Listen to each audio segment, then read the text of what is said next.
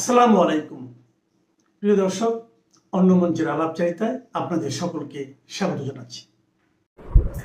আসসালামু আলাইকুম। এনসিপি একদিন ধীরে ধীরে ফ্রিডম পার্টিতে পরিণত হবে এবং একদিন ভেনিশ হয়ে যাবে। কেউ চলে যাবে জামাতে, কেউ চলে যাবে বিএনপিতে, কেউ খড়কুটো ধরে আঁকড়ে থাকতে চাইবে। এনসিপি বলতে কিছু থাকবে না। মানুষের বিরক্তি, ঘৃণা, ধিক্কার কতটা মারাত্মক হলে পরে আপনার একটা গোষ্ঠীর উপরে, একটা সংগঠনের উপরে বা একটা ব্যানারের লোকজনের উপরে মানুষ তার ঘৃণার প্রকাশটা সমাজে ব্যতিক্রমী সব ধারায় করতে পারে। এই যে সেদিন জেরাই খান পান্না ক্ষোভের সাথে বললেন যে ইউনূস কোথায়, ইউনূস আসলে ইউনূস মবের মধ্যে পড়বে, এটা তো এক ধরনের একটা প্রতিবাদ। আমরা বিশ্বাস করি, জানি জেরাই খান পান্না নিজে মব করার মতো লোক না, কিন্তু তিনি এই কথাটা বলেছেন তিনি যে বীতশ্রদ্ধ, যেই ক্ষুব্ধ ডক্টর ইউনূসের শাসনের উপরে, সেই জায়গা থেকে বলেছেন। আমি অনেক আলোচনায় আপনাদেরকে বলেছি এনসিপি, জাতীয় নাগরিক পার্টি, ন্যাশনাল সিটিজেন পার্টি, এই পার্টিটা ইউনূস গেলে পরে এই পার্টিটা আসলে আর যেই রূপ আপনারা দেখেছেন এই রূপের ছিঁড়ে ফুটাও থাকবে না। বিএনপি সরকার ক্ষমতায় আসার পরে এদেরই চেলাচামুন্ডা, এই যে ধরেন শিবিরের যারা, এই যে মোসাদ্দেক, জুবায়ের, এরা তো এদেরই লোকজন, এনসিপির লোকজন। এনসিপির লোকজন বলেই তো ওই শাহরিয়ার ব্যারিস্টার শাহরিয়া চিৎকার করে উঠছে, এরা যখন মাইর খাইলো, বলে যে এরা এখানে মাইর খাইতেছে, এনসিপি কোথায়? এটা কারণ হলো এনসিপির আগের সেই দিন নাই এবং এই দিন থাকবে না। এনসিপি একদিন ধীরে ধীরে ফ্রিডম পার্টিতে পরিণত হবে এবং একদিন ভেনিশ হয়ে যাবে। কেউ চলে যাবে জামাতে, কেউ চলে যাবে বিএনপিতে, কেউ খড়কুটো ধরে আঁকড়ে থাকতে চাইবে। বিচ্ছিন্নভাবে কেউ কেউ আওয়ামী লীগে আসবে না, এটাও লিখে দেওয়া যাচ্ছে না। ভবিষ্যতে কোনো একটা সময় এনসিপির ছিটে ফোটা দু একটা আওয়ামী লীগও আসতে পারে, কিন্তু এনসিপি বলতে কিছু থাকবে না। কারণ মানুষের মধ্যে ঘৃণা, ক্ষোভ, আক্রোশ এত বেশি পাপ করে ফেলেছে এবং মানুষের প্রত্যাশার সাথে এমন বেশি প্রতারণা করে ফেলেছে এই এনসিপি ওয়ালারা, যেটা মানুষ ভুলতে পারছে না। সেই জন্যই বোধহয় এই ধরনের ঘটনা ঘটছে। আমি খবরটা একটু আপনাদেরকে পড়ে শোনাই। নতুন রাজনৈতিক দল, এখনো নতুন, কারণ হচ্ছে 1 বছরের উপরে হয়েছে দল গঠন হয়েছে, তো এখনো আহ্বায়ক কমিটি আছে, কমিটি আর করতে পারে না। এনসিপিতে যোগদানের পর ব্যক্তিগত ও পেশাগত জীবনে নানা প্রতিবন্ধকতার মুখে পড়েছেন জনপ্রিয় কন্টেন্ট ক্রিয়েটর কাফি। এনসিপিতে যোগ দেওয়ার কারণে তাকে বর্তমান বাসা ছাড়ার নির্দেশ দেওয়া হয়েছে এবং একটি কোম্পানির সঙ্গে থাকা বাণিজ্যিক চুক্তিও বাতিল হয়েছে বলে অভিযোগ করেছেন তিনি। আচ্ছা, এই ঘটনাটা আমরা কেবলমাত্র একটি খবরের মধ্যে দিয়ে জানতে চেয়েছি। এই যে কাফিকে বাড়িওয়ালা না করে দিয়েছে, তার সাথে চুক্তি হয়েছে কেন? আরো পার্টি আছে, তাই না? আর অসংখ্য পার্টি আছে, অসংখ্য পার্টিতে যোগ দিলেই বাড়িওয়ালা না করে দিবে? কোন কোম্পানি চুক্তি বাতিল করে দিবে? একটা মাত্রই কারণ, যে এনসিপি যারা করে এদের মধ্যে আপাদমস্তক অন্যায়, অপরাধ, পাপে ভর্তি। এরা সমাজে ভালোর কথা বলে যত কু অভ্যাস, যত খারাপই আছে সবকিছু প্র্যাকটিস করে। ফলে বাড়িওয়ালার হয়তো মনে হয়েছে যে এই আমার এখানে এতদিন ছিল কাফি নামে, এই ছেলেটা কন্টেন্ট ক্রিয়েটর, আচ্ছা রাখি। কিন্তু এনসিপিতে যোগ দেওয়ার পরেই হয়তো বুঝতে পেরেছে এইবার ছেলে চূড়ান্ত বখাটেটা হলো, এবার একে দিয়ে আর কিছু আশা করা যায় না। এবং এনসিপি মানেই তার বাসায় নানান রকম আখড়া হতে পারে, নানান রকম সার্কেলে। ধরে যে আমরা ওসমান হাদিকে চিনতাম না, কিন্তু দেখা গেল যে ওসমান হাদিকে যারা হত্যা করেছে, ফয়সাল আলমগীরেরা তার পাশেই থাকতো। মানে এই টাইপের লোকজন, তাদের মধ্যে প্রশ্রয় পাওয়া যায়। তো এনসিপির মধ্যে চাঁদাবাজ, মাস্তান, যত ছিচকে আছে, এরা যেভাবে গিয়ে জায়গা নিয়েছে, বাড়িওয়ালার ভয় লাগতেই পারে যে ওরে বাপরে, এই লোক এখন এনসিপিতে চলে গেছে, আমি যত দূরত্ব বজায় রাখবো তত আমার মঙ্গল। এদের সাথে দহরম মহরম যত হবে তত সামনে বিপদ ঘনিয়ে আসতে পারে, তাই নয় কি? শেখ হাসিনা ছাড়া সম্ভব হতো কিনা? হয়তো হতো, সেটা হয়তো আরো 100 বছর পরে হতো। আমি বলবো না যে হতো না, হতো। হয়তো সেটা 2026 না হয়ে, সেটা 2026 না হয়ে 2126 হইতো, হয়তো 100 বছর পরে হলে হইতো, সেটা আমি বলবো না। তবে সবচাইতে বিস্ময়কর ব্যাপার যে এই পারমাণবিক বিদ্যুৎ কেন্দ্র নিয়ে দেশের বামপন্থী চিঙ্কুপামরা যেহেতু রাশিয়া থেকে হয়েছিল বলে বেশি কথা বলে নাই, তবুও তারা বলেছে। আর এই দেশের অন্যান্য যারা ছিল কত ঠাট্টা মশকরা ইয়ার্কি করেছে এই রূপপুর পারমাণবিক বিদ্যুৎ কেন্দ্র নিয়ে আমরা দেখেছি। শুধু এখানেই শেষ নয়, আপনি ফেসবুকে তাদের সেগুলো বিএনপির মিডিয়া সেল থেকে শুরু করে বিএনপির সাবেক নেতা মন্ত্রী এমপিরা কি বলে নাই, কিন্তু আজকে সেই শেখ হাসিনাকে তার যারা ফ্যাসিস্ট বলে, সেই শেখ হাসিনার ভীষণ এবং মিশন যেগুলো ছিল সেগুলোর একটা হচ্ছে এই রূপপুর পারমাণবিক কেন্দ্র। এটা যখন শুরু হয়, আর আজকে সেটা আরো আগে শেখ হাসিনার আমলে সেটা চলে যেত উৎপাদনে, কিন্তু বিশেষজ্ঞদের পরামর্শের বিশেষ কারণে সেটা তখন হয়নি। নইলে এটা হয়তো শেখ হাসিনার হাতে উদ্বোধন হতো, তখনও না জানি তারা কি কি বলতো। কিন্তু আজকে এটা নিয়ে তারা প্রাউড ফিল করতেছে। সবচেয়ে হাস্যকর একটা তথ্য দেই, আমাদের সালাউদ্দিন বলে যাকে বলা হয় প্রাইম মিনিস্টার্স প্রাইম মিনিস্টার, কেউ কেউ মনে করে, কেউ কেউ তাকে মনে করে যে তিনি হচ্ছেন বিএনপির হচ্ছেন মেসি বা বিএনপির রোনাল্ডো বা বিএনপির ম্যারাডোনা।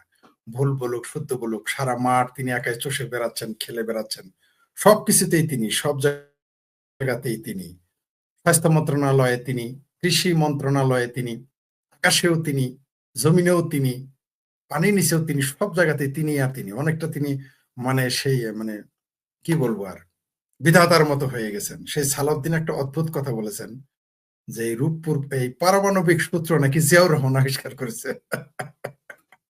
এই কথা আমরা বলতে শুনি, তো পারমাণবিক সূত্র যেহেতু জিয়াউর রহমান আবিষ্কার করেছে, তারা তো এটা শেখ হাসিনার নাম নিবে না। শেখ হাসিনার অবদান যিনি এটা বলেছেন যে জয় বাংলার অবদান, এটা তো তারা স্বীকার করবে না। কিন্তু ইতিহাস তো আলাদা জিনিস। এই ব্যাপারে আমাদের একজন শুভাকাঙ্ক্ষী সহযোদ্ধা তিনি লিখেছেন যে স্বাধীনতার ঘোষণাও যেমন জিয়াউর রহমানের অবদান ভুয়া, তেমনি আজকে এই রূপপুর পারমাণবিক কেন্দ্রের যে অবদান, বিএনপির অবদান ভুয়া, এরকম একটা উদাহরণ দিয়েছে। রাজাকার গুলো সম্পর্কে আপনারা যেগুলো বলতেছেন, তারা আওয়ামী লীগ যদি কালকে আওয়ামী লীগের লোকজন বেহেশতে যায় না, জামাতের লোকজন মিছিল করবে আল্লাহর কাছে, আল্লাহ গো আমরা এই বেহেশতে থাকবো না, নিশ্চিত থাকেন আপনারা। আওয়ামী লীগের জামাতের সাথে বেহেশতে যাইতে রাজি হইতে পারে, তার প্রমাণ আমরা পেয়েছি। কারণ আওয়ামী লীগের শতকরা কতজন জামাতের বিরুদ্ধে পোস্ট দেয় ফেসবুকে? নাই, হিম্মত নাই, আমরা জানি। শতকরা কতজন বুকে হাত দিয়ে বলেন তো বিএনপি কে গালি দিয়েছেন দেখেছি আমরা, কিন্তু জামাতকে গালি দেওয়ার হিম্মত, যখন আওয়ামী লীগ সুপার পাওয়ার হিসেবে ছিল, যখন আওয়ামী লীগের মধ্যে সেলফি লিগে গিজগিজ করতো, অলি গলিতে আওয়ামী লীগের নেতাতে সয়লাভ ছিল, আমরা কিন্তু জামাতের বিরুদ্ধে পোস্ট দিতে দেখি নাই, হেফাজতের বিরুদ্ধে তো নয়। আপনি আমজনতার একজন এডিটর হিসেবে আপনি দেখেছেন কিনা আমি জানি না, আমি দেখি নাই। বিএনপিতে যদি 100 জন পোস্ট দিয়ে থাকে, মনে করেন 100 জন আওয়ামী লীগের নেতা কর্মী বা ছাত্রলীগের যুবলীগের 100 জন যদি পোস্ট দিয়ে থাকে বিএনপির বিরুদ্ধে, তাহলে সর্বোচ্চ 5 জন দিয়েছেন কিনা জামাতের সমালোচনা করা, আমি দেখি নাই। আপনি দেখেছেন কিনা আমি জানি না।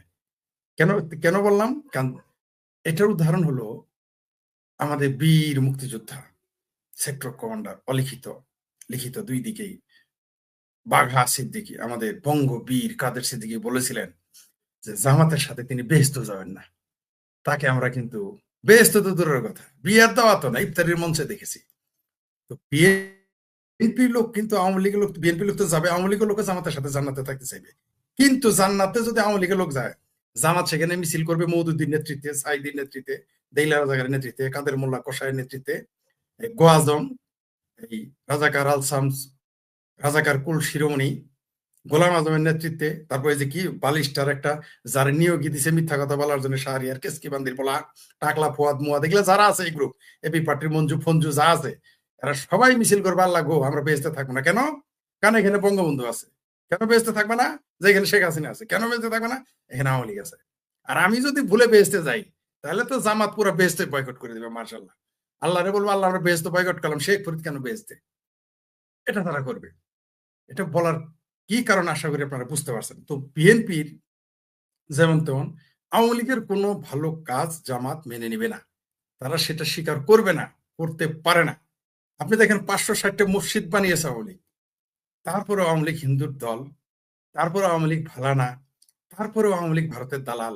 কিন্তু এই যে ভারতের দালালি করলো আওয়ামী লীগ, তাদের ভাষা, জামাতের ভাষায়, বিএনপির ভাষায়, আমার ভাবির পোলাদের ভাষায়, আমার ভাবির পোলাদের উস্তাদদের ভাষায়, চিঙ্কু মামের ভাষায়, এরা 19 মাস 20 মাস যাবৎ মিলকে জুলকে ক্ষমতায়, এরা একটা 20 মাসে 20টা শব্দ বের করতে পারলো না যে এই শব্দ বোঝা যায় যে বাংলাদেশ আওয়ামী লীগ ভারতের কাছে বিক্রি করে দিয়েছে বা গোলামি চুক্তি করেছে, মানে হিন্দুদের পক্ষে গেছে।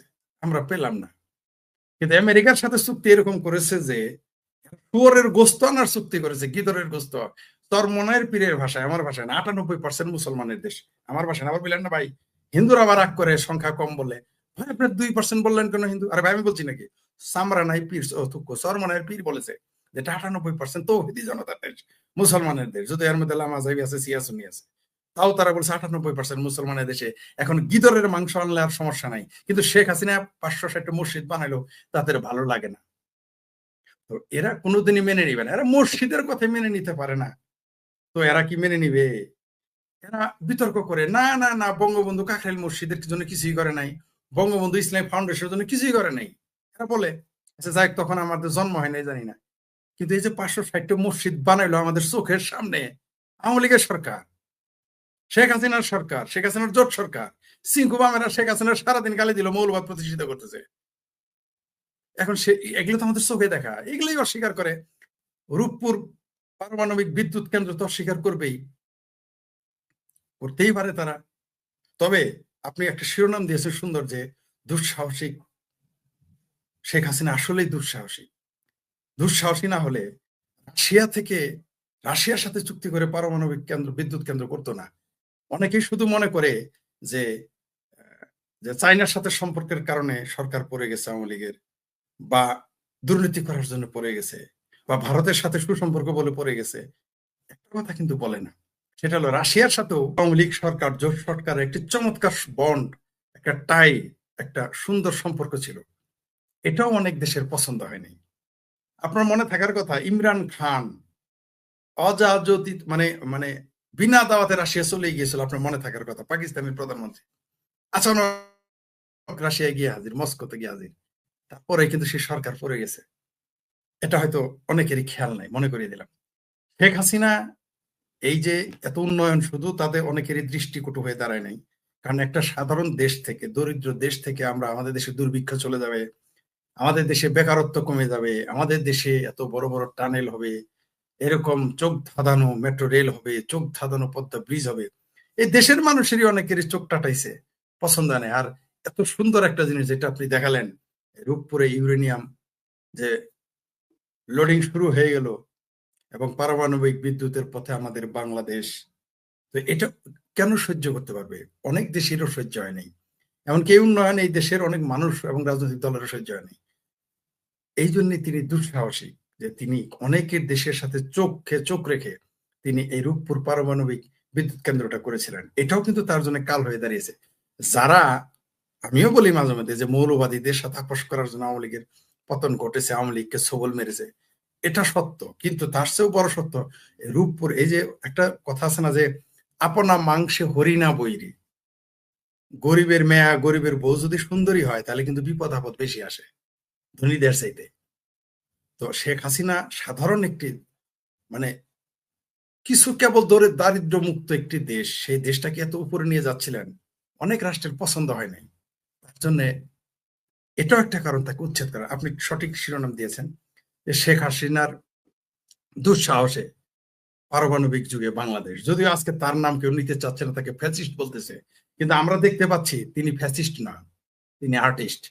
কারণ আমরা এই 18 মাসে কিছুই দেখি না। ইউনুসের 300 করেছিল, পুরো জিরো।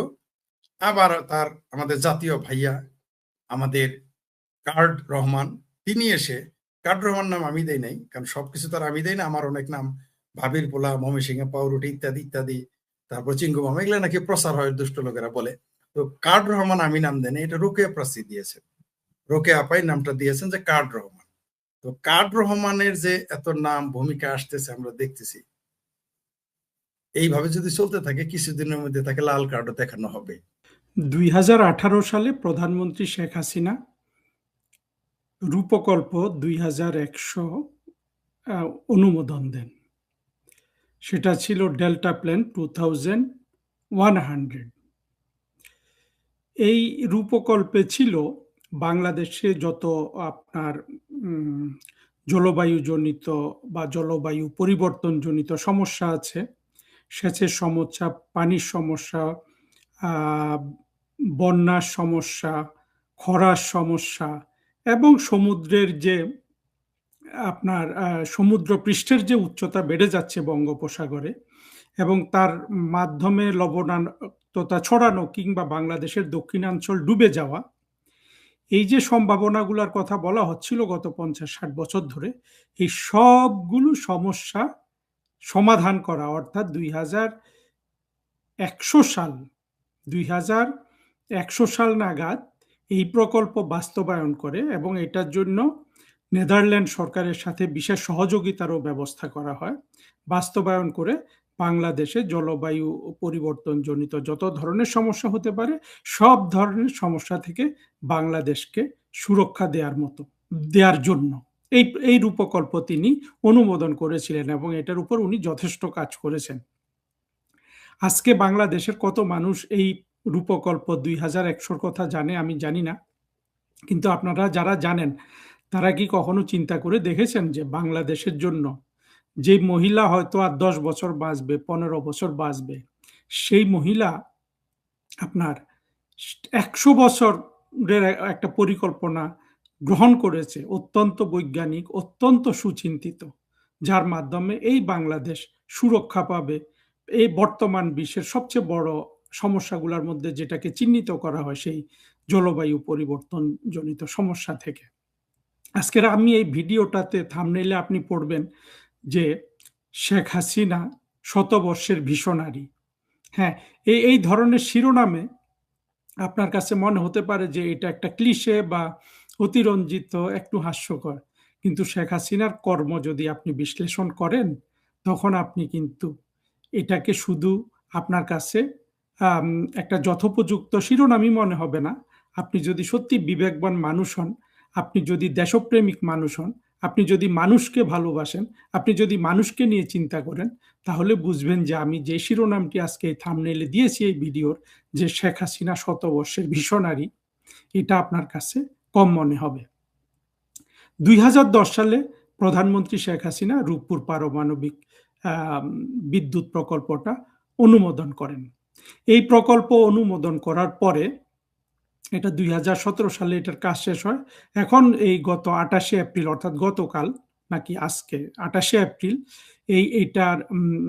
এটার প্রথম রিয়েক্টরে ইউরেনিয়াম জ্বালানি এখানে ভর্তি করা হয় এবং এই রূপপুর পারমাণবিক বিদ্যুৎ প্রকল্প এখন উৎপাদনের দিকে যাচ্ছে। এই রূপপুর পারমাণবিক প্রকল্প ছিল $12 বিলিয়ন এবং এখান থেকে চূড়ান্তভাবে আপনার 2400 মেগাওয়াট বিদ্যুৎ উৎপাদন হবে, যে উৎপাদনটা শুরু হয়ে গেছে।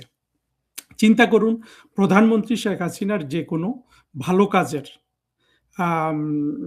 প্রতিবাদ যেভাবে বা যে কোনো একটা ভালো প্রকল্প গ্রহণ করলে যেভাবে এই বাংলাদেশের পাকিস্তানি সেকুলাররা ঝাঁপিয়ে পড়ে, এইটাতে সবচেয়ে বেশি ঝাঁপিয়ে পড়েছিল এই 2010 সালে গ্রহণ করা এই রূপপুর পারমাণবিক বিদ্যুৎ প্রকল্প। অবশ্য বাংলাদেশের ক্ষেত্রে এই ধরনের প্রকল্প গ্রহণ তো আসলে মানে ছোটখাটো কলিজার বিষয় তো না, ছোটখাটো সাহসের বিষয় না। সেই সাহস তো একমাত্র জননেত্রী শেখ হাসিনা ছিল, উনি সেটা গ্রহণ করেছেন। আমি একটু আগে দেখছিলাম যে কে কি ভাবে এই প্রকল্প বানচালের জন্য রাস্তায় নেমেছিল, তার মধ্যে অনেক কিছু আছে, বলে কিন্তু 2-4 ঘন্টা কথা বলা যাবে। একটাতে দেখলাম 2016 সালে একেবারে 10 জন কোমর বেঁধে নেমে গেছে, সেখানে তারা বিবৃতি দিয়ে জানাচ্ছে অবিলম্বে এই প্রকল্প বাতিল করা হোক। কারা কারা আছে সেখানে জানেন? সুলতানা কামাল, খুশি কবির, আনু মোহাম্মদ আছে, এমনকি মুকসুদ, সৈয়দ আবুল মুকসুদ, যে জিন্নার মতো সাদা সাদা ধুতি পরতো একটা লোক ছিল না, সে আছে। তারপরে আরো যে কি কি কত লোক যে আছে, সুজন করতো, এই বদিউল আলম মজুমদারের আগে একটা লোক ছিল, সে সরকারি কর্মকর্তা ছিল, কি যেন নাম ভুলে গেছি, ওটা পড়লে দেখলাম যে এরকম সবগুলা লোক, ইফতেখারুজ্জামান ছিল টিআইবির, এরা সবাই কিন্তু এটার বিরোধিতা করেছে। এবং আনু মোহাম্মদ তো এই বিহারির বাচ্চা, এমন কোনো ইয়ে বাকি রাখে নাই সে এটার বিরুদ্ধে যাওয়ার। আজকে সে আনু মোহাম্মদ কই, আজকে এই যে রূপপুর পারমাণবিক বিদ্যুৎ প্রকল্পে যে বিদ্যুৎ উৎপাদন হচ্ছে, সেখানে সবচেয়ে বেশি উৎফুল্ল কিন্তু আজকে বিএনপি। কারণ বিএনপি কিন্তু, সরকারটা এখনই পড়ে যেত, এই 1200 এই যে 2400 মেগাওয়াট বিদ্যুৎ এখানে উৎপাদন হবে, এইটা কিন্তু বিএনপির জন্য লাইফ লাইন। যেভাবে বিএনপি সব দিকে কলকারখানা বন্ধ করে, অর্থাৎ তারা কোনো কিছু যেহেতু সামলাতে পারছে না, কিন্তু দেখেন শেখ হাসিনার কাজ আশীর্বাদ হয়ে বসলো কিন্তু তারেক রহমানের মাথার উপর। চিন্তা করতে পারেন, তারেক রহমান বিভিন্ন সময় শেখ হাসিনার প্রতি কত ঘৃণা সে ইয়ে করেছে, আমরা তো এটা দেখেছি। এই তারেক রহমানের সরকার কিন্তু অন্তত বিদ্যুৎ সেক্টরে এই এই এই শেখ হাসিনার করা এই এই এই এই মেগা প্রজেক্টটা দিয়ে কিন্তু উনি বেঁচে যাচ্ছেন। এটা $12 বিলিয়ন একটা প্রকল্প ছিল। কয়দিন আগে আমরা দেখেছি কি, আপনার এইখানে টিউলিপ সিদ্দিক $5 বিলিয়ন মেরে দিয়েছে বলে ইউনুস কিন্তু লন্ডনে চলে গেছিল, যেখানে ইউনুস আর তারেক রহমান বৈঠক করেছিল। কি পরিমাণ বাংলাদেশে শেখ হাসিনা, শেখ হাসিনার পরিবার এবং আওয়ামী লীগ মুক্তিযুদ্ধের পক্ষের শক্তির বিরুদ্ধে এই দেশের পাকিস্তানি সেকুলাররা, জঙ্গি মৌলবাদীরা, স্বাধীনতা বিরোধীরা কি পরিমাণ মিথ্যাচার করতে পারে, এইটা এটা কিন্তু সর্বশেষ তার একটা নজির। এই $5 বিলিয়ন নিয়ে আসবে এইটা বলে কিন্তু ইউনুস যেই যেই যেই যেই ভিজিটটা সে লন্ডনে করেছিল, 4-5 দিন ওখানে গিয়ে বসেছিল, যেসব খবরপত্র পত্রিকা বের হয়েছে, এইটা ছিল বাংলাদেশের কোন সরকার প্রধানের সবচেয়ে দামি ভিজিট। অর্থাৎ হোটেল ভাড়া ইত্যাদি কোটি কোটি টাকা কিন্তু সে 5-7 দিনে কিন্তু ইউনুস খরচ করে ওই তারেক রহমানের সাথে একটা বৈঠক করে চলে এসছে। তারেক রহমান আর ইউনুসের জন্য এই বৈঠকটা গুরুত্বপূর্ণ হতে পারে, কিন্তু বাংলাদেশের মানুষের কোটি কোটি টাকা ইউনুস কিন্তু সেখানে খরচ করেছে। জোর গলায় বলেছে টিউলিপ সিদ্দিকের টাকা এনে সে দেখাবে। আজ পর্যন্ত তারেক রহমান বলুন, এই যে এত বড় বড় কথা বলছে, সেই বদমাস দেবপ্রিয় যে $234 বিলিয়ন পাচার হয়েছে বলেছে, এরা এরা কিন্তু এখন পর্যন্ত শেখ হাসিনার সরকারের কারো পাচার করা একটা টাকা কি কোথাও দেখাতে পেরেছে না আনতে পেরেছে? এখন পর্যন্ত বাংলাদেশে টাকা পাচার এবং টাকা আনার একমাত্র রেকর্ড আছে বর্তমান প্রধানমন্ত্রী তারেক রহমান এবং ওনার ওনার প্রয়াত ভাই মরহুম কোকো। ওনাদের টাকা কিন্তু বাংলাদেশে ফেরত এসেছে, পাচারকৃত টাকা। এটা কিন্তু ইতিহাস হয়ে রয়েছে। শেখ হাসিনার পাচারকৃত টাকা যদি কেউ আনতে না পারে, আমরা কিন্তু বাংলাদেশের কাউকে কিন্তু আসলে আমাদের মুক্তিযুদ্ধের পক্ষ থেকে এদের কাউকে কিন্তু ক্ষমা করার কোনো সুযোগ নেই। দেখুন দেশটা কিন্তু ধ্বংস হয়ে গেছে। ইউনুস যেভাবে ডাকাতি করে দেশটা ধ্বংস করে দিল, বর্তমানে মানুষের যেই পরিমাণ অর্থনৈতিক সংকট মানুষের সামনে তৈরি হয়ে গেছে, মানুষের কষ্ট যেভাবে দিন দিন বাড়ছে, সেটার জন্য কিন্তু এই পাকিস্তানি সেকুলার জঙ্গি মৌলবাদী যারা এই সব মিথ্যা কথা ছড়িয়েছে তারা দায়ী। এখন আমি আবার শেখ হাসিনার কথায় ফিরে আসি। শেখ হাসিনাকে নিয়ে আমাদের অনেক স্টাডি করতে হবে। শেখ হাসিনার বাংলাদেশের যা কিছু আপনি অর্জন দেখেন, যেই দিকে তাকান, আমি শুধু 96-এর যে পার্বত্য চট্টগ্রামে যে শান্তি চুক্তি হয়েছিল সেটার কথা বলবো। এই উপমহাদেশে সারা পৃথিবীতে এই শান্তি চুক্তিটা এমন একটা তাৎপর্যপূর্ণ কাজ ছিল, এইটাতেই একমাত্র বাংলাদেশে যা কিছু বাংলাদেশের ইতিহাসে ঘটেছে, সেখানে নোবেল পিস প্রাইজ পাওয়া, এই এই এই এই শান্তি পুরস্কারকে যে সম্মানের দৃষ্টিতে সারা বিশ্বের মানুষকে দেখার জন্য আহ্বান করা হয়, সেখান থেকে আমরা যদি দেখি একমাত্র শেখ হাসিনা, এমনকি তার সাথে সন্তু লারমা পর্যন্ত এই পুরস্কারটা পেতে পারতেন। কিন্তু বাংলাদেশের মানুষ যেহেতু বাটপার পছন্দ করে, বাংলাদেশের মানুষ যেহেতু দুর্নীতি পছন্দ করে, বাংলাদেশের মানুষ যেহেতু চটক পছন্দ করে, তারা কিন্তু এই সারা শতাব্দীর সেরা বাটপার এবং ইতিহাসের সেরা বাটপার জঘন্য মানুষ এই ইউনুস কিন্তু নোবেল শান্তি পুরস্কার নিয়ে আসলো। দেখুন ইউনুসের সাথে একটা মেয়েকে শান্তি পুরস্কার দিয়েছিল গ্রামীণ ব্যাংক থেকে, সেই মেয়েটাকে কি ইউনুস সরিয়ে দিয়েছে না কে সরিয়ে দিয়েছে, তার কিন্তু কোনো চিহ্ন কিন্তু বাংলাদেশে নাই। এটা কিন্তু আমাদের ভাবতে হবে। ইউনুস এত জঘন্য, ইউনুসের স্ত্রী কেন বিছানায় পড়ে থাকে, এইটাও আমার কাছে রহস্যজনক মনে হয়। অনেকে অনেক কথা বলছে, কিন্তু জানি না, এগুলো গুজব আকারে, আমার এই ভিডিওকে ছোট করতে চাই না, কিন্তু ইউনুস যেই যেই যেই প্রকৃতির মানুষ, ওর দ্বারা কিন্তু সবকিছু সম্ভব। আমাদের ইউনুস ছিল আমাদের কিন্তু শেখ হাসিনা ছিল। সেই শেখ হাসিনা বাংলাদেশের আপনি যত একটা ভালো কাজ আপনি যদি দেখেন, সেই 96-এর এই শান্তি চুক্তি, কিংবা আপনার গঙ্গার পানি চুক্তি, সমুদ্র সীমাগুলা ঠিক করা ভারত মিয়ানমারের সাথে, এমনকি বিএনপির একটা কাজ পাওয়া যায় 3 বিঘা করিডোর সমাধান করা, এটাও কিন্তু শেখ হাসিনা করেছিল জ্যোতি বসু এবং রাজীব গান্ধীর সাথে আলাপ আলোচনা করে। উনি যেহেতু 91-এ ক্ষমতায় আসেননি, ওটা কিন্তু এই আনুষ্ঠানিকভাবে কাজটা হয়েছিল প্রধানমন্ত্রী বেগম খালেদা জিয়ার সময়। যদি খালেদা জিয়াকে পুরো কৃতিত্বটাও দেই, বিএনপি সরকারের আর কোনো বাংলাদেশের কোনো সরকারের আর কোনো আসলে বড় কাজের কোনো কৃতিত্ব নাই। আপনি সেটা আন্তর্জাতিক ক্ষেত্রে বলুন, সেটা জাতীয় ক্ষেত্রে বলুন, বাংলাদেশের উন্নয়নের ক্ষেত্রে বলুন, বাংলাদেশকে বিশ্বের কাছে পরিচিত করার ক্ষেত্রে বলুন, উন্নয়নের ক্ষেত্রে দেখুন না, আমি শুধু রূপকল্প 2100-র কথা বলেছি। প্রধানমন্ত্রী শেখ হাসিনা ছিল ভিশন 2021, যেটা অর্থাৎ 1900 যে ভিশনের মাধ্যমে উনি 2019 সালের মধ্যে বাংলাদেশকে আপনার স্বল্পোন্নত দেশ থেকে মধ্যম আয়ের দেশে রূপান্তরিত করেন। আজকে তো তারা আবার মধ্যম আয়ের দেশ থেকে পেছনে গিয়ে স্বল্পোন্নত দেশে নেওয়ার জন্য বর্তমান শাসক গোষ্ঠী এবং ইউনূস বিশেষ করে তদবির করছে যাতে ভিক্ষা পাওয়া যায়। চিন্তা করেন, একটা রাষ্ট্রকে আত্মমর্যাদাশীল করছিল আপনার অর্থনৈতিক উন্নয়ন করে এই শেখ হাসিনা, আর ওরা ভিক্ষার জন্য আবার দেশটাকে পিছিয়ে দিচ্ছে। তারপরে প্রধানমন্ত্রী শেখ হাসিনা ছিল ভিশন 2041, যেটার জন্য যথেষ্ট কাজ শেখ হাসিনা করেছিলেন, এবং 2041 সালের মধ্যে বাংলাদেশ হবে আমেরিকার মতো উন্নত, বাংলাদেশ হবে ব্রিটেনের মতো উন্নত, বাংলাদেশ হবে জাপানের মতো উন্নত। এইটা ছিল ভিশন, এবং এটার জন্য কত পার্সেন্ট জিডিপি গ্রোথ দরকার, কত পার্সেন্ট কি দরকার, সব কিন্তু প্রধানমন্ত্রী শেখ হাসিনার নখদর্পণে ছিল। উনি একটা একটা করে আপনার সেটা করছিলেন। এর জন্য আমাদের ছিল উচ্চ জিডিপি গ্রোথ দরকার ছিল। শেখ হাসিনার সময় 2019 সালে 18 সালের ইলেকশনের পরের বছর জিডিপি গ্রোথ ছিল 8%। আজকে যদি শেখ হাসিনা ক্ষমতায় থাকতেন কোভিডের পরে, এখন কিন্তু জিডিপি গ্রোথ 7.5-8% করে চলতো। সেই জিডিপি গ্রোথ কোভিডের 2020-এ নেমে এসেছিল 3.5%। পরের বছর কিন্তু শেখ হাসিনা এটাকে আবার কিন্তু ঘুরিয়ে 7% করেছিলেন। এটা ইউনূসের সেই 24-এর ডাকাতরা ক্ষমতা গ্রহণের পর আবার এটা 3.5%-3%-এ নেমে এসে এটা কিন্তু এখন বহুদিন কন্টিনিউ করবে। 25-এ ছিল 3.5%, এই 26-এও কিন্তু এই 3.5%, 4% জিডিপি গ্রোথ হবে। এটা কিন্তু আমাদের হিসাব না, কোনো বানানো হিসাব না, এগুলা বিশ্বব্যাংক, IMF যারা যারা এগুলা আপনার ভবিষ্যৎবাণী করে, ফোরকাস্ট তুলে ধরে, তাদের হিসাব। কথাগুলো অনেক দ্রুত বলছি যাতে দ্রুত ভিডিওটা শেষ হয়।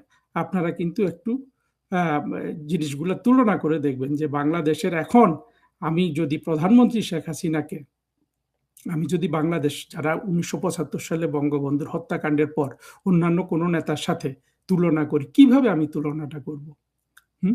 জিয়াউর রহমান বাংলাদেশ শাসন করেছে, এরশাদ শাসন করেছে, শেখ হাসিনা শাসন করেছে, খালেদা জিয়া শাসন করেছে, এখন তারেক রহমান শাসন করছে, আর মধ্যমেয়াদে ফখরুদ্দিন শাসন করেছে, সেরা ডাকাত, সারা বিশ্বের 1 নম্বর ডাকাত ইউনূস শাসন করেছে, 2-3 মাস করে অন্যান্য আরো অনেক তত্ত্বাবধায়ক সরকারের প্রধান শাসন করেছে।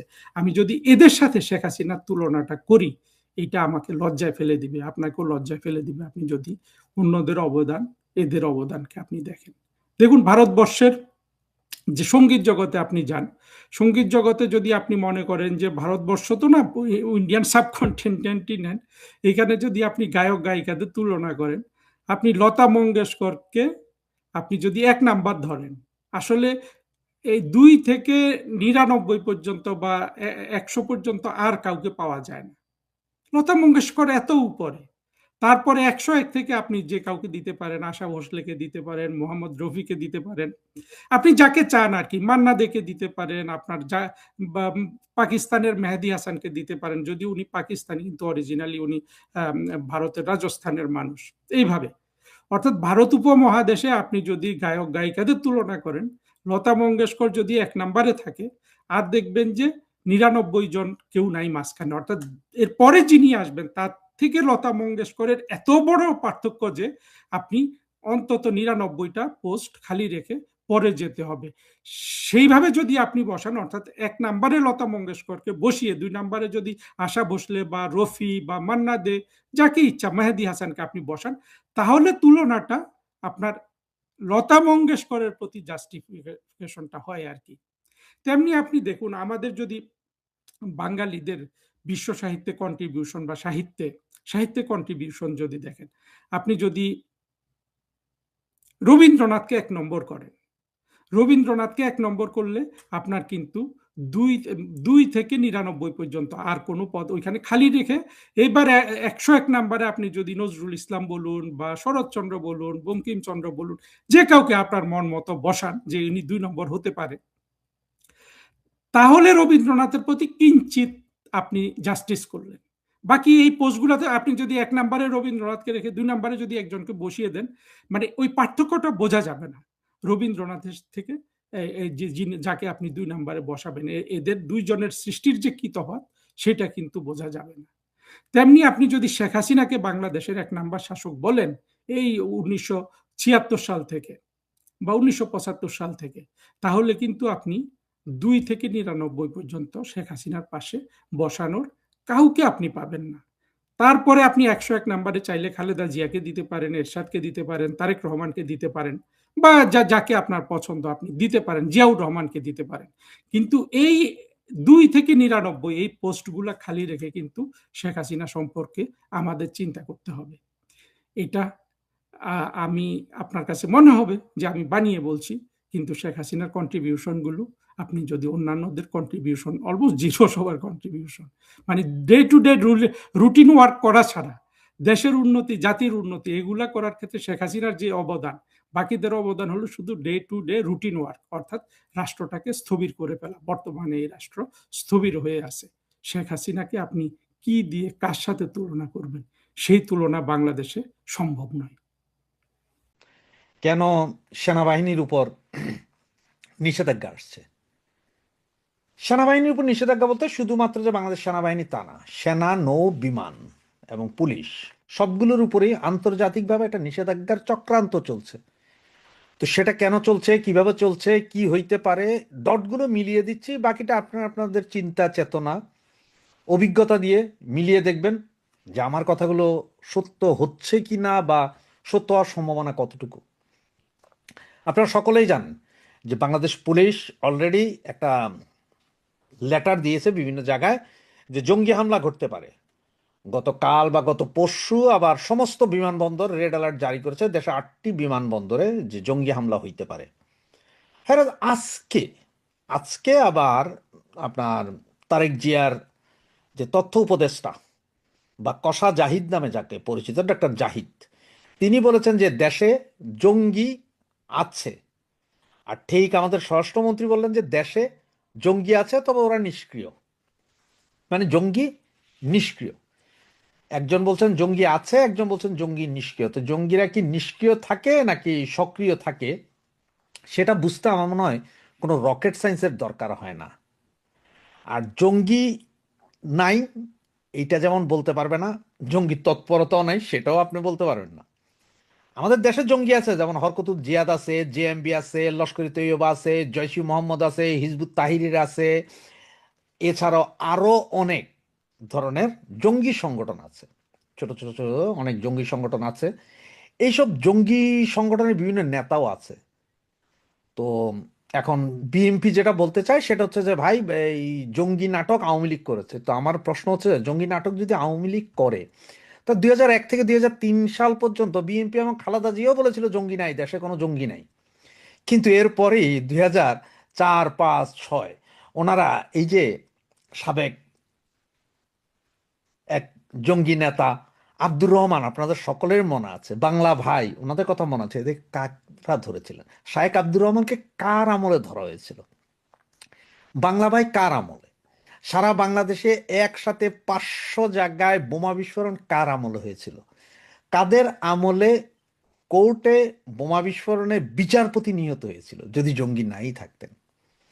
তো প্রশ্নটা ওনাকে দেরকে, এই যে বিএনপি আলাদেরকে, যে আপনারা যে বলেন সব ফেসিস্ট সরকার, ফেসিস্ট সরকারের জঙ্গি নাটক, তাহলে আপনাদের সরকারই তো মনে হয় প্রথম ফেসিস্ট আপনাদেরই সরকার। তা না হইলে কেন আব্দুর রহমান বা বাংলা ভাইকে ধরা হয়েছিল তখন? প্রশ্নটার জবাব একটু দিয়ে যাবেন।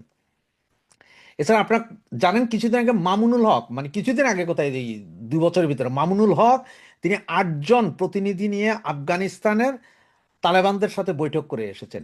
এরপরে তালেবানদের এক ডিপ্লোম্যাট, নুরুল হক নূর নামে এক ডিপ্লোম্যাট, তিনি বাংলাদেশে এসে 10 দিন থেকে গিয়েছেন, কিন্তু কেউ নাকি জানে না। পেপার পত্রিকায় লেখা হওয়ার পরেও ইউনুসীয় গভর্নমেন্ট মুখে কুলু পেটে বসেছিলেন।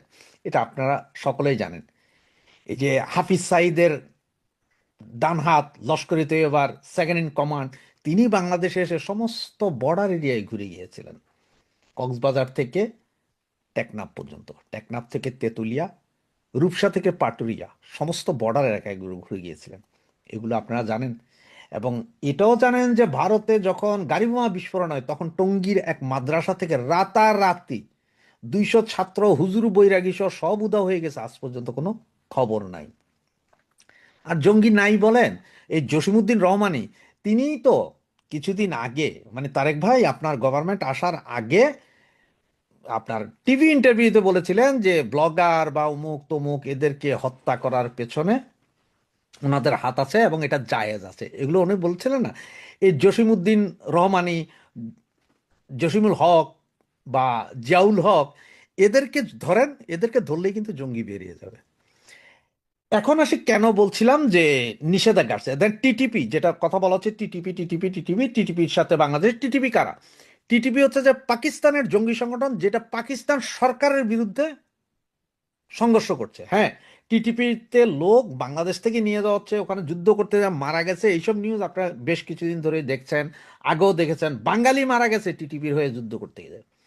এখন টিটিপির হয়ে নাকি আরো চলছে। তো এর মধ্যে আমাদের কাছে যতটুকু আছে, বিমান বাহিনী, নৌবাহিনী, সেনাবাহিনী, পুলিশ, ডিজিএফআই, এনএসআই, এই 5 বাহিনী থেকে অলরেডি 475 জনের লিস্ট আছে, এবং তার মধ্যে প্রায় 300 জনকে নজরবন্দি করা হয়েছে, 13 জনকে গ্রেপ্তার, 23 জন হাওয়া হাওয়া হাওয়া হয়ে গেছে, মানে ওরা কোথায় আছে জানে না।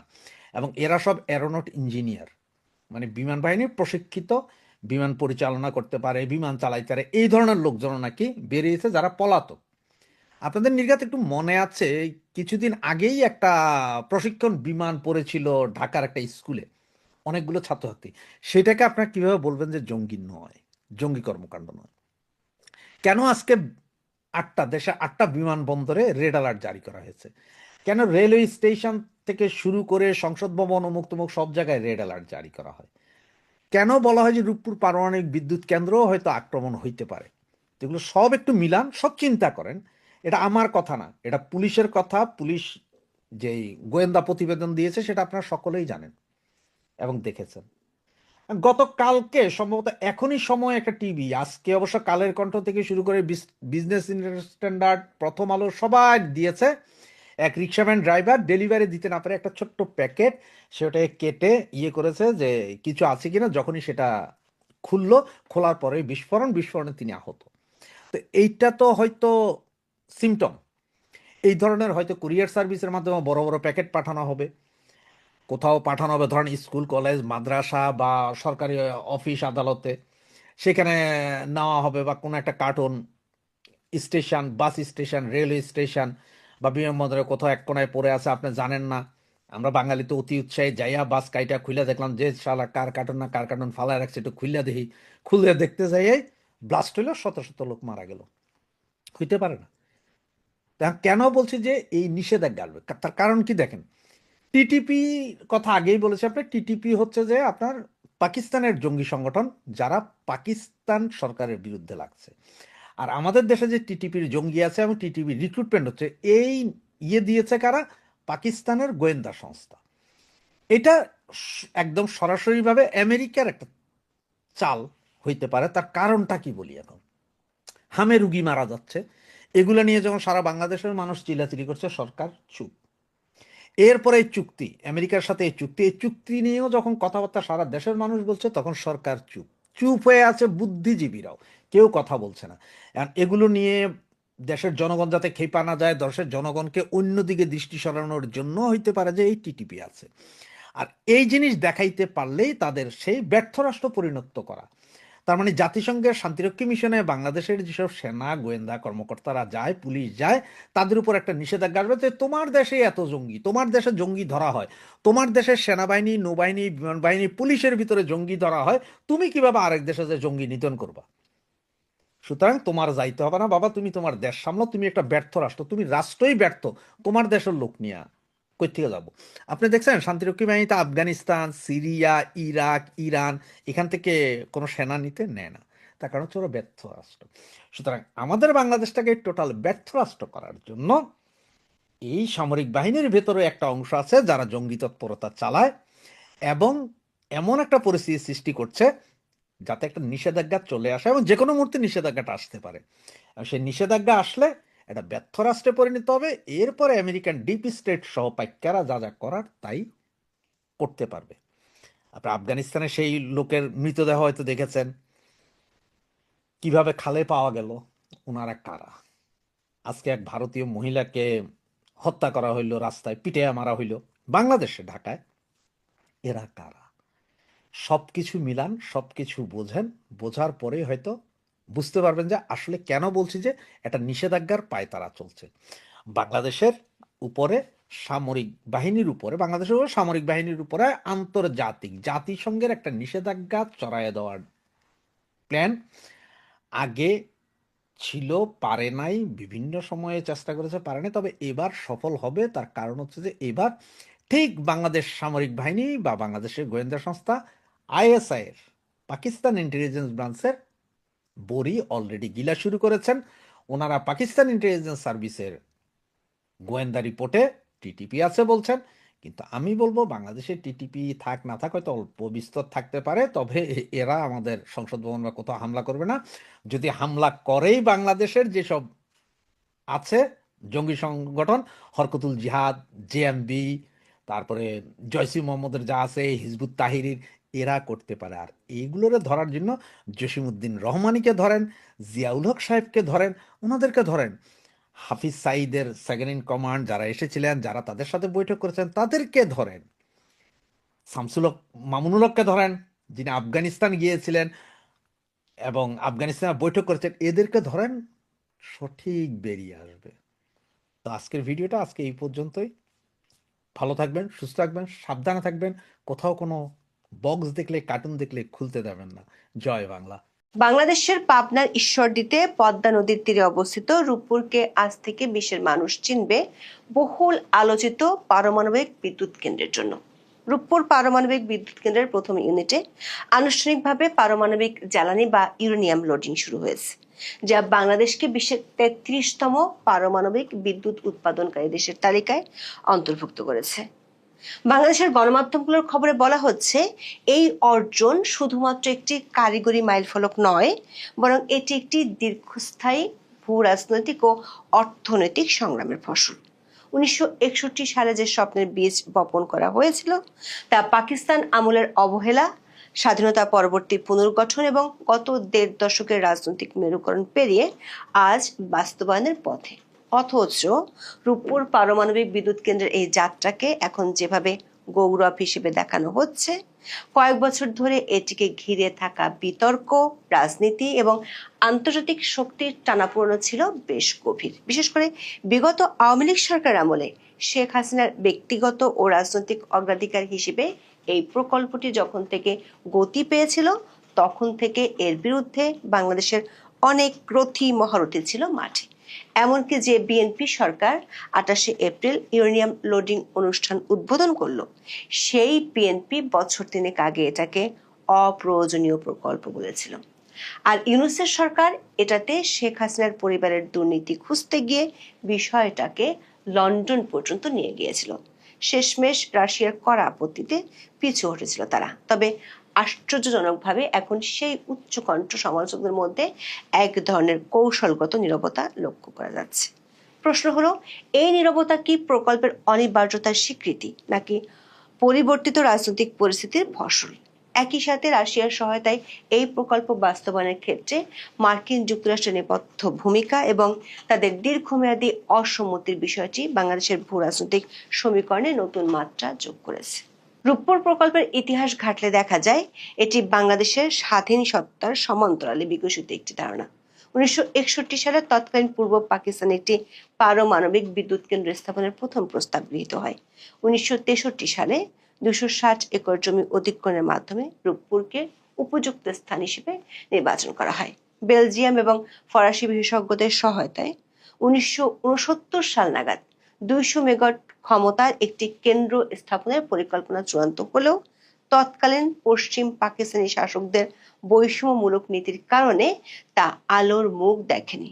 1971 সালে বাংলাদেশ স্বাধীন হওয়ার পর বঙ্গবন্ধু শেখ মুজিবুর রহমান ধ্বংসপ্রাপ্ত দেশটির জ্বালানি নিরাপত্তা নিশ্চিত করতে রূপপুর প্রকল্পকে নতুনভাবে জীবন দান করেন। 1973 সালে তিনি বাংলাদেশ পরমাণু শক্তি কমিশন গঠন করেন এবং আন্তর্জাতিক পরমাণু শক্তি সংস্থার সদস্যপদ নেন। কিন্তু 1975 সালে বঙ্গবন্ধু সপরিবারে খুন হওয়ার পর প্রকল্পটি আবারও স্থবির হয়ে পড়ে। 1977 থেকে 1988 সালের মধ্যে ফরাসি কোম্পানি MS সোফ্রাটম এবং জার্মান কোম্পানি লাহমিয়ার ইন্টারন্যাশনাল একাধিক সম্ভাব্যতা যাচাই করে রূপপুরকে কারিগরি ও অর্থনৈতিকভাবে লাভজনক বলে বললেও আন্তর্জাতিক অর্থায়নের অভাবে পরবর্তী সরকারগুলো এই পথে হাঁটতে পারেনি। 2009 সালে আওয়ামী লীগের নেতৃত্বাধীন মহাজোট সরকার ক্ষমতা আসার পর জ্বালানি সংকট মোকাবেলায় পারমাণবিক শক্তিকে অগ্রাধিকার তালিকার শীর্ষে রাখা হয়। রাশিয়ার সাথে 2009 সালে সমঝোতা স্মারক এবং 2011 সালে আন্তঃরাষ্ট্রীয় সহযোগিতা চুক্তি স্বাক্ষরের মাধ্যমে আধুনিক রূপপুর প্রকল্পের আনুষ্ঠানিক সূচনা ঘটে। 2013 সালে শেখ হাসিনা প্রকল্পের ভিত্তিপ্রস্তর স্থাপন করেন এবং 2015 সালে $12.65 বিলিয়ন মূল নির্মাণ চুক্তি বা জেনারেল কন্ট্রাক্ট স্বাক্ষরিত হয়। 2015 সালে চুক্তি স্বাক্ষরের সময় বাংলাদেশের পত্রিকাগুলো ঘেটে দেখা গেছে শেখ হাসিনার 15 বছরের শাসনামলে রূপপুর পারমাণবিক বিদ্যুৎ কেন্দ্রকে তার সরকারের সিগনেচার প্রজেক্ট বা উন্নয়নের আইকন হিসেবে প্রচার করা হয়েছে। দলীয় রাজনীতিতে এই প্রকল্পটিকে বঙ্গবন্ধু পরিবারের একটি অপূর্ণ স্বপ্ন পূরণ হিসেবে চিত্রায়িত করা হয়েছে। রাজনৈতিক বিশ্লেষকদের মতে শেখ হাসিনা এই প্রকল্পের মাধ্যমে একই সাথে দেশের ভিতরে তার নেতৃত্বকে শক্তিশালী করা এবং আন্তর্জাতিক মহলে বিশেষ করে রাশিয়ার সাথে একটি অটুট কৌশলগত সম্পর্ক গড়ে তোলার চেষ্টা করেছেন। পশ্চিমা বিশ্বের সাথে সম্পর্কের টানাপোড়েনের মধ্যেও রাশিয়ার সাথে এই গভীর সম্পৃক্ততা হাসিনাকে ভূরাজনৈতিকভাবে একটি স্বস্তিদায়ক অবস্থানে রেখেছিল বলে তখন অনেক বিশ্লেষক মত দিয়েছিলেন। এমনকি 2023 সালে ইউক্রেন যুদ্ধের কারণে রাশিয়ার উপর পশ্চিমা নিষেধাজ্ঞার ফলে যখন প্রকল্পের অর্থ লেনদেন বাধাগ্রস্ত হয় তখন শেখ হাসিনা সরকার চীনা মুদ্রার কিস্তি পরিশোধের সমাধান খুঁজে বের করে।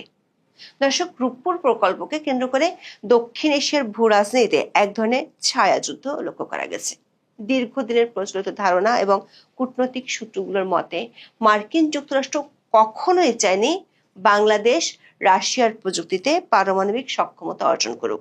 ওয়াশিংটনের উদ্বেগের মূল কারণ ছিল নিরাপত্তার মানদণ্ড এবং রাশিয়ার সাথে বাংলাদেশের ক্রমবর্ধমান কৌশলগত নির্ভরতা। বিশেষ করে বঙ্গোপসাগরের নিকটবর্তী একটি দেশে রাশিয়ার বিশাল প্রভাব মার্কিন প্রশান্ত মহাসাগরীয় কৌশলের সাথে সাংঘর্ষিক ছিল। ইউক্রেন যুদ্ধের পর এই বলিটা আরো প্রকট হয়। মার্কিন যুক্তরাষ্ট্র যখন রাশিয়ার বিভিন্ন ব্যাংক ও প্রতিষ্ঠানের উপর নিষেধাজ্ঞা আরোপ করে তখন রূপপুর প্রকল্পের অর্থায়ন সরাসরি হুমকির মুখে পড়ে। প্রায় $800 মিলিয়ন ঋণ পরিশোধ ও সুদের হিসাব তখন আটকে যায়। মার্কিন নিষেধাজ্ঞার কারণে রুশ জাহাজ উর্সা মেজরকে বাংলাদেশের বন্দরে ভিড়তে না দেওয়া ছিল একটি স্পষ্ট ভূ রাজনৈতিক সংকেত। তবে বাংলাদেশ সরকার এই পরিস্থিতিতে বেজিং এর সহায়তা নেয়। $318 মিলিয়ন একটি কিস্তি চীনা ইউয়ানে পরিশোধের মাধ্যমে রাশিয়া ও চীনের মধ্যে যে অলিখিত অক্ষশক্তি কাজ করছে তাতে বাংলাদেশের সম্পৃক্ততা স্পষ্ট হয়। মার্কিন যুক্তরাষ্ট্রের এই বিরোধিতার বিপরীতে রাশিয়া রূপপুরকে তাদের বিশ্বস্ততার প্রতীক হিসেবে ব্যবহার করেছে। রুশ প্রেসিডেন্ট ভ্লাদিমির পুতিন স্বয়ং প্রকল্পের বিভিন্ন মাইল ফলকে ভার্চুয়ালি যুক্ত হয়েছেন। চীনের ভূমিকা এখানে ছিল মূলত একজন ফেসিলিটেটর। যদিও চীন নিজে এই প্রকল্পে প্রযুক্তি দিতে আগ্রহী ছিল, কিন্তু রাশিয়ার সাথে বাংলাদেশের ঐতিহাসিক ও বন্ধুত্বপূর্ণ সম্পর্কের কারণে তারা পিছিয়ে যায় এবং পরবর্তীতে আর্থিক লেনদেনে সাহায্য করে। তবে এই প্রকল্পের পেছনে কেবল উন্নয়ন নয়, বরং দুর্নীতির গুরুতর অভিযোগও আওয়ামী লীগ আমলকে বিদ্ধ করেছে। 2019 সালের বহুল আলোচিত বালিশকানা থেকে শুরু করে প্রকল্পের মূল খরচে অতি মূল্যায়নের অভিযোগ উঠেছে। শেখ হাসিনার পতনের পর ইউনূস সরকার এই মেগা প্রকল্পের স্বচ্ছতা ও প্রয়োজনীয়তা নিয়ে প্রশ্ন তোলে। এই পারমাণবিক বিদ্যুৎ কেন্দ্র থেকে $500 কোটি বেশি আত্মসাৎ করেছেন সাবেক প্রধানমন্ত্রী শেখ হাসিনা, এমন অভিযোগ এনেছিল অন্তর্বর্তী সরকার। বিষয়টি পদ্মার পাড় থেকে চলে যায় টেমস নদীর তীর পর্যন্ত।